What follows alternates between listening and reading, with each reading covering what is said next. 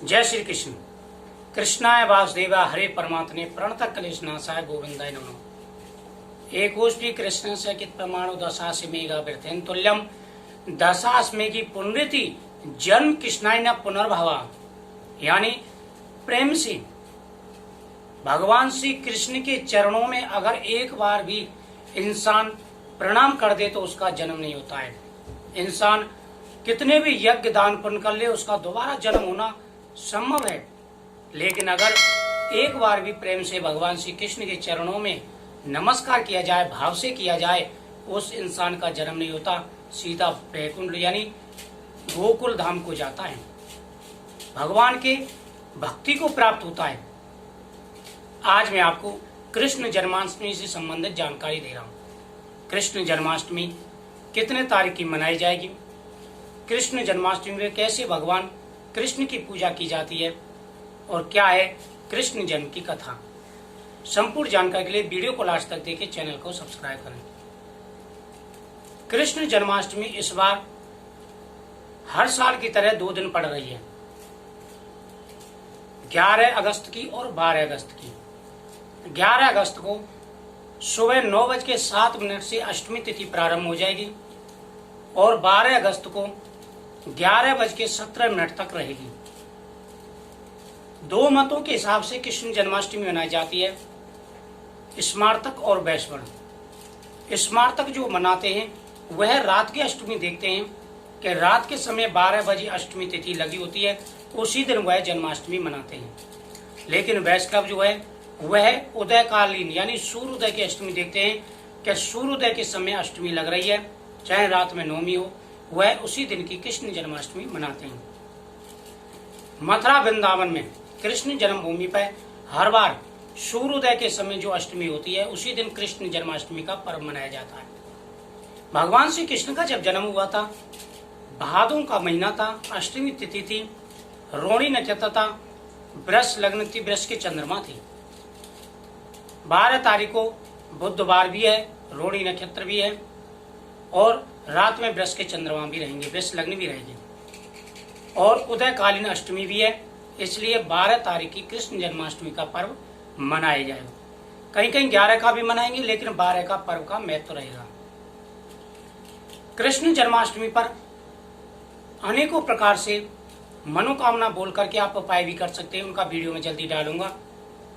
कृष्ण जन्माष्टमी वाले दिन एक थाली में भगवान श्री कृष्ण जो लड्डू गोपाल जी की मूर्ति होती है उसको स्थापित करें, पंचामृत से स्नान कराएं, ओम नमो भगवते वासुदेवाय मंत्र का जाप करते रहें, या पुरुष सूत्र से भी आप स्नान करा सकते हैं। उसके बाद में शुद्ध जल से स्नान कराएं, गंगा जल से स्नान नहीं कराएं।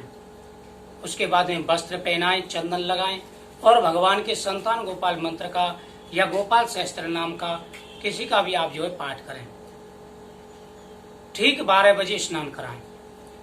भादों की अष्टमी को ठीक 12 बजे भगवान श्री कृष्ण का जन्म हुआ था। पौराणिक कथा के अनुसार द्वापर युग में कंस आदि इतने दैत्य हो चुके थे जिनसे पृथ्वी मां परेशान हो चुकी थी। माता पृथ्वी ब्रह्मा जी के पास गई और उन्हें अपना दुख बताया। ब्रह्मा जी उनको लेकर के विष्णु भगवान के पास गए। विष्णु भगवान से अनेकों प्रकार की वंदना की, उनकी स्तुति की। भगवान कृष्ण गंभीर वाणी से बोले कि हे देवताओं, आपका किस काम के लिए आगमन हुआ है, निसंकोच कहो। सभी देवता कहने लगे कि हे प्रभु, द्वापर युग में बड़े भयंकर दैत्य हो चुके हैं जिनके पाप के द्वारा पृथ्वी त्राह त्राह करके हमारे पास आई है और हमें माता पृथ्वी को लेकर के आपके पास आए। भगवान श्री विष्णु बोले कि हे देवताओं, तुम किसी प्रकार की चिंता मत करो, शीघ्र ही कृष्ण रूप में मेरा अवतार होने वाला है और मैं पूर्ण कला के साथ अवतार लूंगा। तुम सभी देवता भी ब्रज में जाकर के गोप गौ के रूप में अपने अंश से अवतार धारण करो। तो ब्रज में जितनी भी गोपिकाएं थी वो ऋषि मुनि थे, जितनी भी गौ थी वह सभी देवता बने थे, देवी देवता थे। भादों की कृष्ण पक्ष की अष्टमी को ठीक 12 बजे भगवान श्री कृष्ण ने अवतार लिया।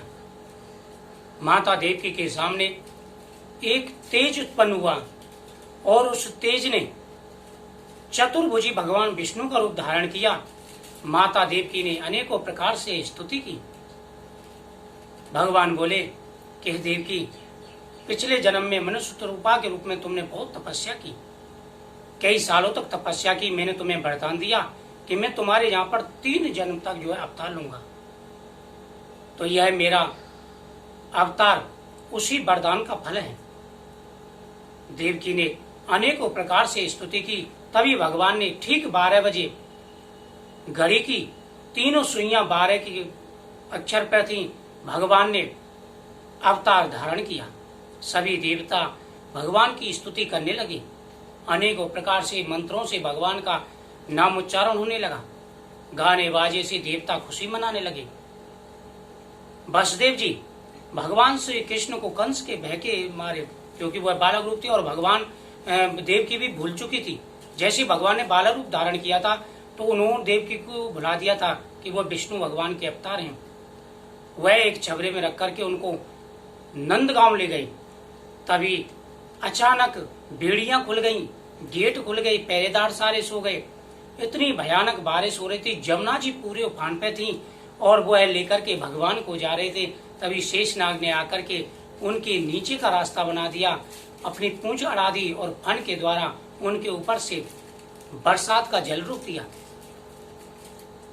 वसुदेव जी आधी रात पर सुबह के समय यानी 4 बजे करीब भगवान श्री कृष्ण को लेकर के गोकुल पहुंचे। वहां पर उनको लिटाया और नंद बाबा के यहाँ से कन्या को लेकर के वापस कारागृह में आ गए। जैसे वह कारागृह में आए, पहरेदार को चेत हो गया, ताले अपने आप लग गए। कंस को पता चला तो कंस आया। उसने देखा कि इन्होंने तो कन्या को जन्म दिया है। वह कन्या को उठा करके पत्थर पर पटका।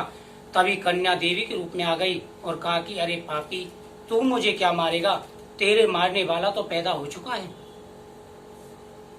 तभी उधर गोकुल में सुबह के समय सबको पता चला कि नंद बाबा के लल्ला हुआ है। सभी नंद उत्सव मनाने लगे और इस प्रकार से तब से ही भगवान श्री कृष्ण का यह पर्व द्वादशी नवमी विदा अष्टमी को मनाया जाता है। सभी ने धूमधाम से भगवान श्री कृष्ण का यह पर्व मनाया। चारों तरफ नाच गान होने लगे। नंद बाबा ने सभी ब्राह्मणों को बुला करके स्वस्ति वाचन पूर्वक भगवान का टीका करवाया और यज्ञ करवाया। सभी को बहुत सारा दान दिया। तो भगवान श्री कृष्ण का उत्सव 12 अगस्त को आप मनाएं, धूमधाम से मनाएं और प्रसाद के रूप में पूरे दिन व्रत रखते हैं। प्रसाद के रूप में धनिया जो होता है उसका आटे का प्रसाद बनाया जाता है और साथ में सिंघाड़ी का आटा मिक्स करके प्रसाद जो है जन्माष्टमी का मनाया जाता है। जय श्री